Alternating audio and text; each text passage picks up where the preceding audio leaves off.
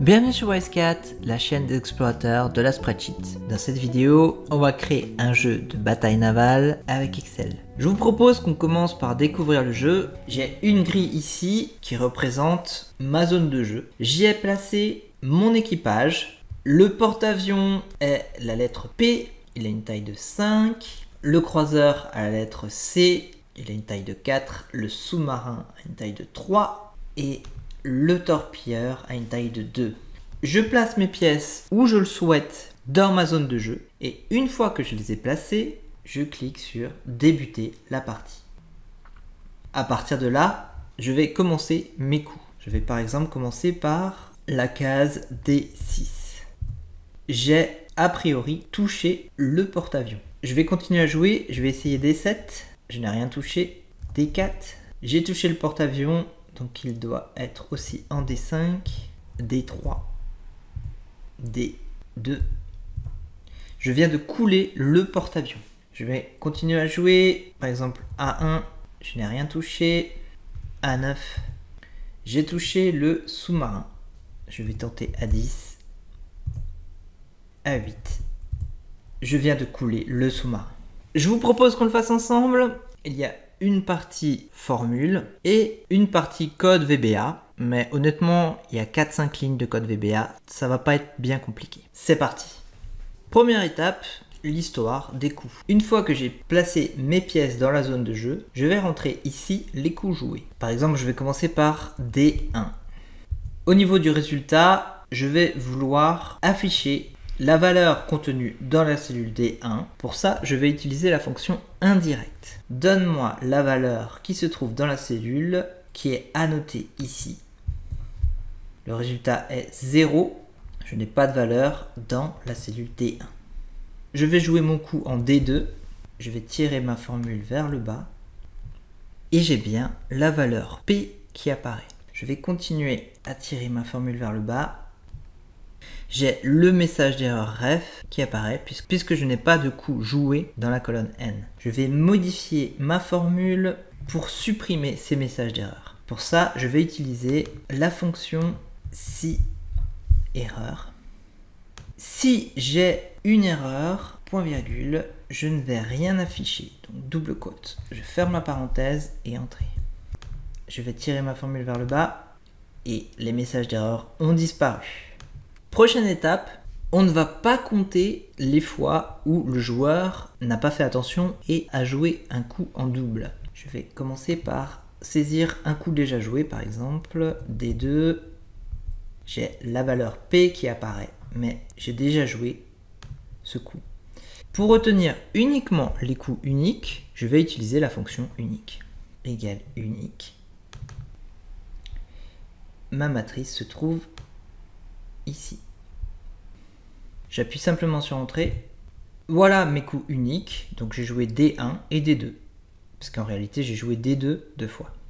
C'est à partir de ce résultat que nous allons calculer le nombre de coups qui a touché nos différents bateaux et s'ils sont coulés ou non. Au niveau du coup, la formule va être égale nombre si. Pour le porte-avions, je vais compter au niveau de mes coups uniques le nombre de lettres P. Ma plage se trouve ici, je vais la tirer jusqu'ici. Point virgule, le critère, il s'agit de la lettre qui se trouve ici, donc la lettre P pour porte-avions. J'appuie sur Entrée. Pour le moment, j'ai un seul coup qui a touché, c'est le coup qui est dans la cellule D2. Je vais rajouter un autre coup. Je vais par exemple jouer D3 et j'ai bien touché deux fois le porte-avions. Ça a l'air de marcher. Je vais simplement modifier ma formule pour figer les lignes au niveau de ma plage afin de recopier cette formule vers le bas. J'utilise le signe $ ici et ici. Je tire la formule vers le bas. Je vais essayer de jouer E9 pour voir si ça marche. J'ai bien touché le torpilleur. Je vais utiliser une formule pour le statut de chacun de mes bateaux, donc couler ou non. C'est simplement une formule conditionnelle égale si le coup est égal à la taille du bateau, alors je vais afficher couler. Sinon, je ne vais rien afficher, donc double quote. Je ferme la parenthèse et entrée. Je vais tirer ma formule vers le bas. Je vais couler le porte-avions pour voir si ça marche. Pour ça, je vais jouer D4, D5 et D6. Le porte-avions est coulé. Ça a l'air de marcher. A priori, on est bon au niveau des formules. On va passer au code VBA. On va écrire 3 bouts de code. Le premier bout de code va servir à ce que pour chaque coup joué dans ma zone de jeu, la police de caractère passe en couleur rouge. Je vais aller dans le développeur, Visual Basic. Je vais créer une procédure événementielle. À chaque changement dans ma feuille de calcul, la procédure va se déclencher. Pour ça, au niveau de Général, je vais sélectionner Workbook. Je ne vais pas sélectionner Open, je veux que ma procédure s'active à chaque changement. Donc Sheet Change. Je vais simplement supprimer ça. Je vais fermer cette fenêtre. Je vais déclarer 2 variables. La première variable va être pour retrouver la dernière ligne des coups uniques joués. Je vais saisir dim pour dimensional. Je vais appeler ma variable dernière ligne et cela va être un nombre entier, mon numéro de ligne. Integer pour nombre entier. Deuxième variable, ça va être les coordonnées du dernier coup joué. Donc ça va être du texte. À nouveau, dim, je vais appeler cette variable dernier coup et cela va être du texte. Donc string. Si j'ai une erreur dans mon code, je souhaite continuer l'exécution. On error resume next. Première variable, la variable dernière ligne. Je souhaite retrouver dans cette variable le numéro de la ligne du dernier coup joué. La colonne des coups est la colonne N. Il s'agit de la 14e colonne de ma feuille de calcul.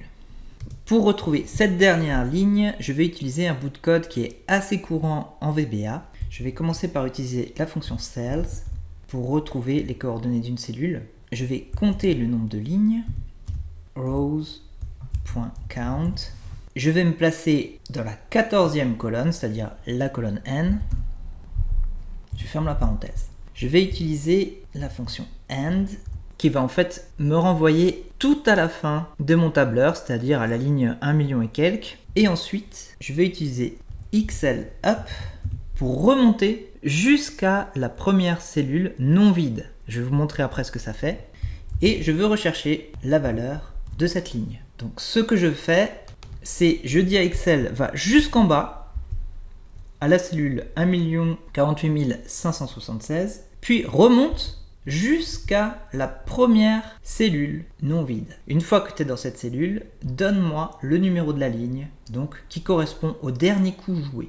Voilà pour ma première variable. Deuxième variable, une fois que j'ai retrouvé la dernière ligne du dernier coup joué, je vais vouloir retrouver les coordonnées complètes de cette cellule. Pour ça, je vais utiliser cells. Je vais utiliser ma variable dernière ligne qui va me donner le numéro de la dernière ligne dans ma colonne des coups joués.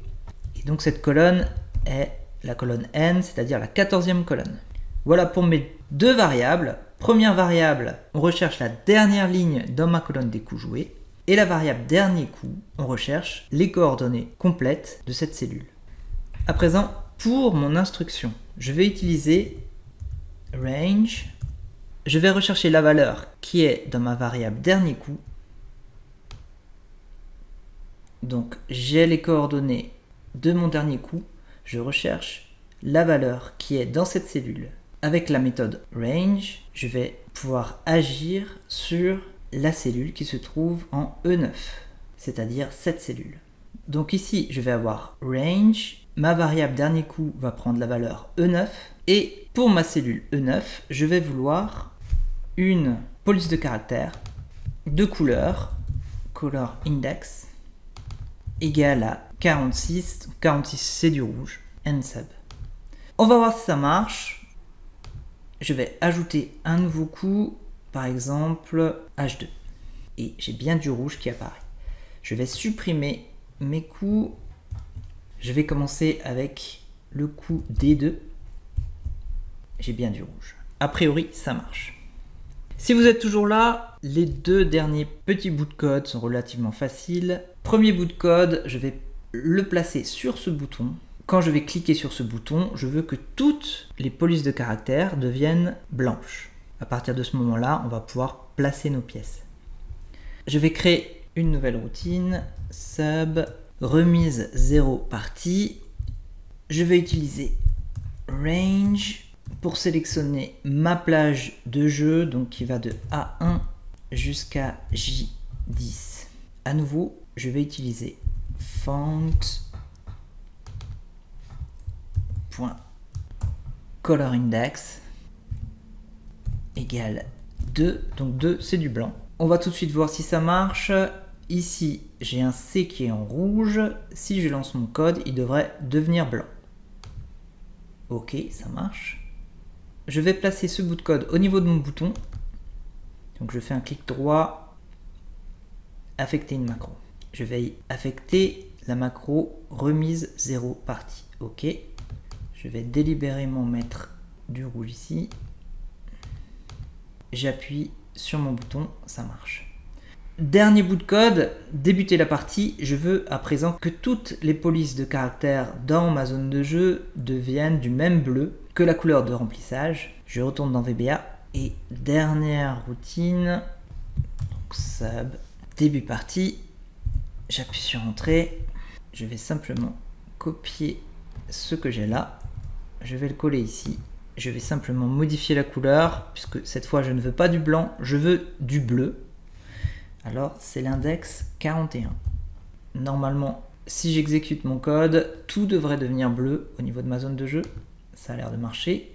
Je vais placer ce bout de code sur ce bouton, donc clic droit, affecter une macro. Et il s'agit de la macro début de partie. Ok. A priori ça marche. On va tenter de faire une petite partie. Je vais simplement effacer ce coup. Je vais garder la même disposition de pièces et je débute la partie. A1, je n'ai rien. D4, j'ai touché le porte-avions, donc j'ai le coup 1 ici. D5, deuxième coup. D6, troisième. D7, rien. D3, D2. Je viens de couler le porte-avions. C'est tout pour cette vidéo. Si vous avez des suggestions de vidéos, que ce soit sur Excel, Google Sheets ou Power BI, laissez-moi un commentaire. Et d'ici là, n'oubliez pas que je suis Spreadsheetman.